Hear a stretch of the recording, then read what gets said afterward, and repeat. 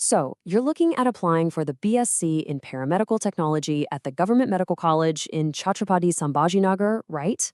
Well, you're in the right place. We've gone through that whole official admissions brochure, which can be kind of dense, and we're going to break it all down into a super simple step by step guide to help you get through the whole thing. If this is the path you're set on, you'll definitely want to stick with us. We're literally going to walk you through every single stage, from figuring out if you even qualify, all the way to what happens on your first day. So let's dive right in. All right, so we've mapped this whole journey out into 6 clear sections. We'll kick things off with eligibility, then walk through the online application, how you're selected, securing your admission, and wrap it up with some final reminders. Pretty straightforward. Okay, first things first. Before you even think about filling out a single form, let's make absolutely sure you meet the basic requirements to even apply. This is step 1. All right, the first hurdle is your grades. They're looking at your combined marks in physics, chemistry, and biology. You know, your PCB score. If you're in the open category, you need at least 50%. For reserved categories, it's 40%.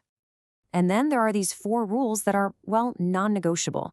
You've got to be an Indian citizen, that's 1. 2, you need a domicile certificate for Maharashtra. 3, and this is a big one, you must have passed both your 10th and 12th from an institute in Maharashtra. And finally, you have to be turning 17 in the admission year, which means your birthday needs to be on or before December 31st, 2008. Okay, you've checked all those boxes? Awesome. Now for the fun part. Let's get into the nitty-gritty of the online application itself. So the whole application is a 4-step deal, and it's all done online. I really want to stress this. They will not accept anything sent by mail or email, no exceptions. You have to go to their website, www.gmcaurangabad.com, and do it there. Okay, you're going to want to circle these dates in red on your calendar because they are super strict. Just look at that application window. It opens November 1st and closes on the 12th. That's only 12 days. You really can't afford to wait on this. All right, now for the million-dollar question, right? You've done the work, you've submitted your application, so how do they actually pick who gets in? Let's pull back the curtain on how that merit list works. You know, it's actually pretty straightforward, which is nice. Your selection is based purely on one thing: your total marks in physics, chemistry, and biology from your HSC exams. That's it. No complicated entrance test or anything, just your PCB score. Okay, but here's a really crucial detail you have to know about. It's called attempt deduction. Basically, for every time you had to retake an exam in physics, chemistry, or biology to pass, they're going to deduct 2 marks from that subject's total. So yeah, passing on the first try gives you a definite edge. So what happens if you end up with the exact same PCB score as someone else? It's a tie. Well, they have a system for that.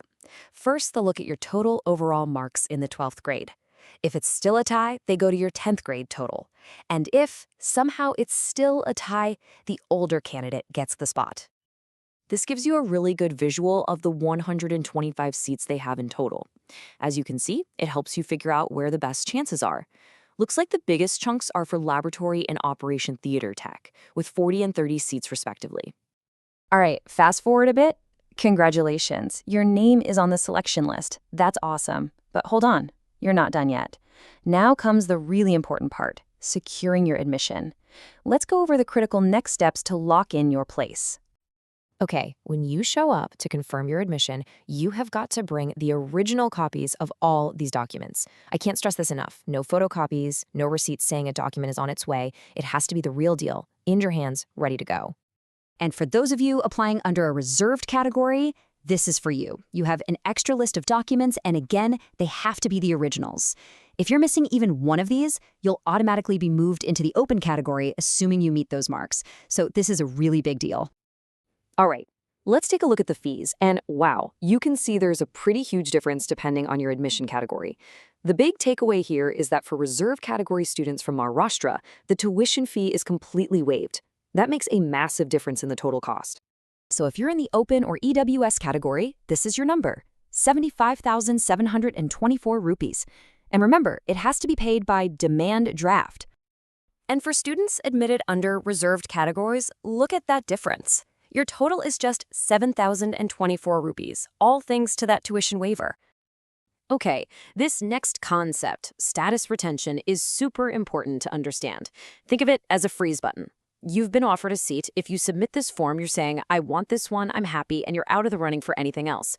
If you don't submit it, you're saying, I'll take this, but I'm still hoping for a better option. It's a huge decision.